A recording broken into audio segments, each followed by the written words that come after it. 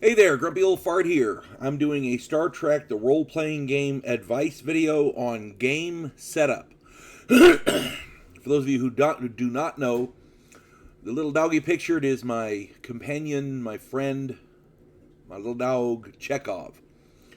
He keeps me company no matter what. My wife says when I'm asleep, he protects me from the communists. He's a great little dog. The shirt I felt was appropriate here. So there you go. I have always been a Star Trek fan as far as I can remember. When I got into tabletop role playing games and then found out FASA had made a role playing game about Star Trek, man, I was ecstatic. I was overwhelmed. It was awesome. For those of you who've never played a tabletop role playing game, these are important because especially when you're in a situation like the pandemic was, where everybody was forced to stay home. Eventually, you run out of stuff to do. Tabletop role-playing games are the shit because there's hundreds of different ones with every conceivable genre. You can do everything from space warfare to medieval fantasy, sword and sorcery, role-playing, Dungeons and Dragons, for example. The space warfare would be Starfleet battles. If you enjoy science fiction, you got Star Trek, Star Wars. Both of those are good role-playing games. I've done videos on them. There's hundreds of different genres. You could play a different game every night of the week for a month and then start again the next month and still have a different game every night. They are just amazing. And the beauty of these is you're sitting at a table with your family and friends and you're playing, you're interacting with people. It's not a video game. You're actually interacting with people telling a story, and it is absolutely fun. It is wonderful. as a dungeon master, game master, storyteller, whatever the title you want to use, one of the most important parts of running a game is game setup. It's important that players are comfortable with the character that they run and have the position on the ship that they want. This is for Star Trek. There's different positions.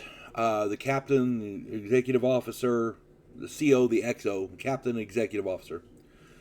Okay, let me put this into military terms so people will understand. CO is a commanding officer. XO is executive officer, the number one.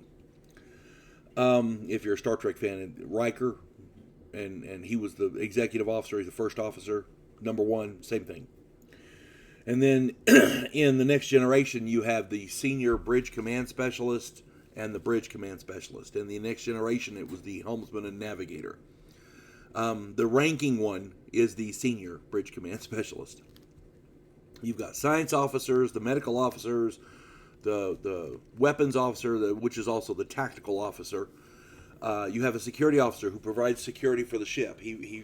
They guard things and they protect the people on the ship.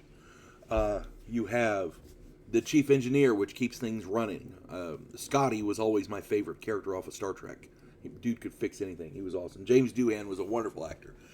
D-Day veteran too, by the way. He lost a finger, wounded multiple times on D-Day. So yeah. But getting back to the story, to the video here, the topic at hand. It's important that the players are comfortable with the character they run and have the position on the ship that they want. But herein lies the rub. Everyone wants to play the captain or the first officer or the security officer. I'm not sure why, but very few players gravitate towards the helmsman, the science officer, the navigator, the doctor, the communications officer, or the engineer. Again, my favorite character was Scotty, so I loved playing the engineer, and I'm very familiar with the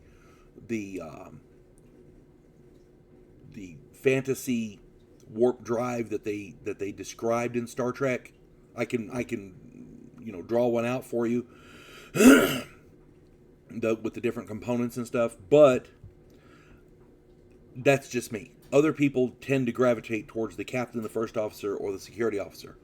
Some people like the tactical officer, but that's, they like shooting the weapons, as it were. I did a video a while back about a game where every player, regardless of position, was a Rambo clone. but none of them could actually do their jobs. The science officer was Rambo. The doctor was Rambo. The engineer was Rambo, but nobody could fix the ship. Nobody could treat injuries. Nobody could analyze the alien objects or whatever. I was talking about that video, and it prompted me to make this one. Whenever possible, players should choose their positions on the ship. Whenever multiple players want the same position, the captain or first officer or whatever, random determination is the order of the day. One of the most successful crews and games that I ever ran was back in 1989. I put all of the positions in a hat and had everyone randomly draw for position. I did the same with race and gender. That certainly was an interesting game. You had guys playing girls and girls playing guys, and you had, Edoans and Tellarites and Andorians and just a variety of different races. And usually, a lot of them were races that don't normally get run. I think on the whole ship we had 2 humans, which everybody else was something else, which was good. Now, all of the positions should be filled by players, if possible. The commanding officer, executive officer, helmsman, navigator, science officer, communications officer, chief medical officer, security officer, and the chief engineer. All of those should be filled by players, if possible. If you don't have enough players, then concentrate on the command positions. The commanding officer, the executive officer, the helmsman, navigator, chief medical officer, security, and chief engineer. Okay? The medical officer technically is not a command position, but it's important enough to where people are going to get hurt in your game. There's combat, There's stuff to analyze. The medical officer is a necessity. So there you go. And this is all for the original series, by the way. After during the next generation and later versions, the positions changed. If you're playing the next generation, the positions would be commanding officer, executive officer, senior bridge command specialist, science officer, chief medical officer, tactical officer, security officer, and chief engineer. The bridge command specialists take care of helm and navigation, while the tactical specialist handles weapons and communications. That's an important thing to note. And communications can be handled by a number of different people.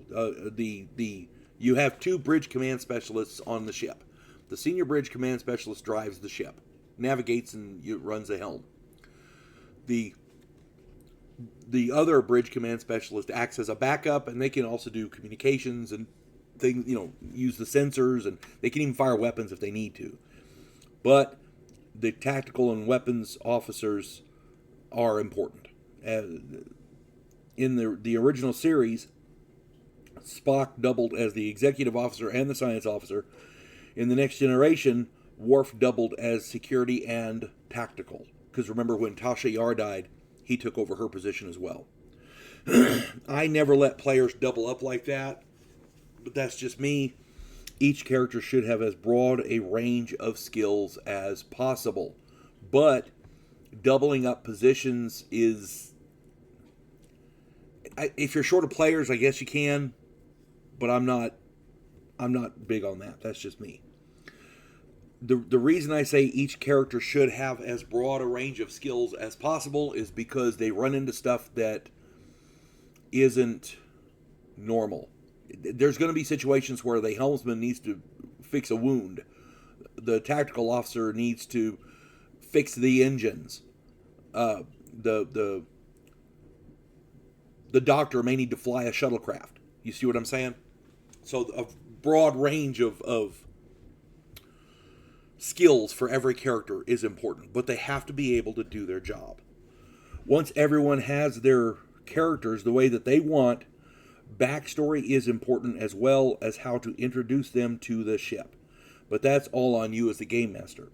All I can say there is to treat each character like they are the star. Each character has to have something to do in each game that highlights their specialties, their skills, their abilities, the character.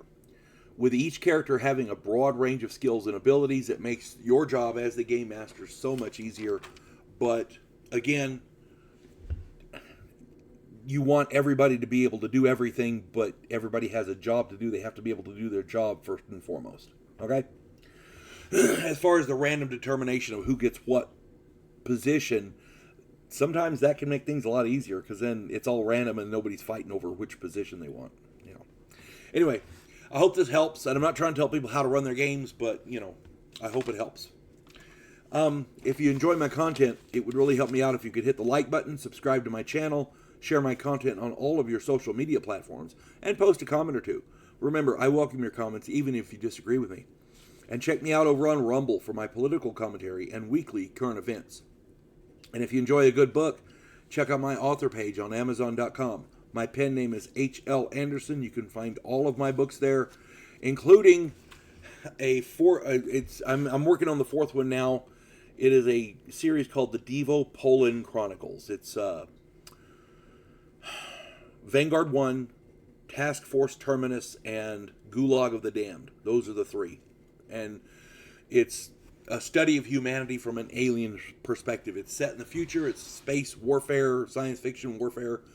So if you enjoy quirky, weird stuff, check out my author page. I'm sure you'll find something you like. You folks have a good one. God bless one and all.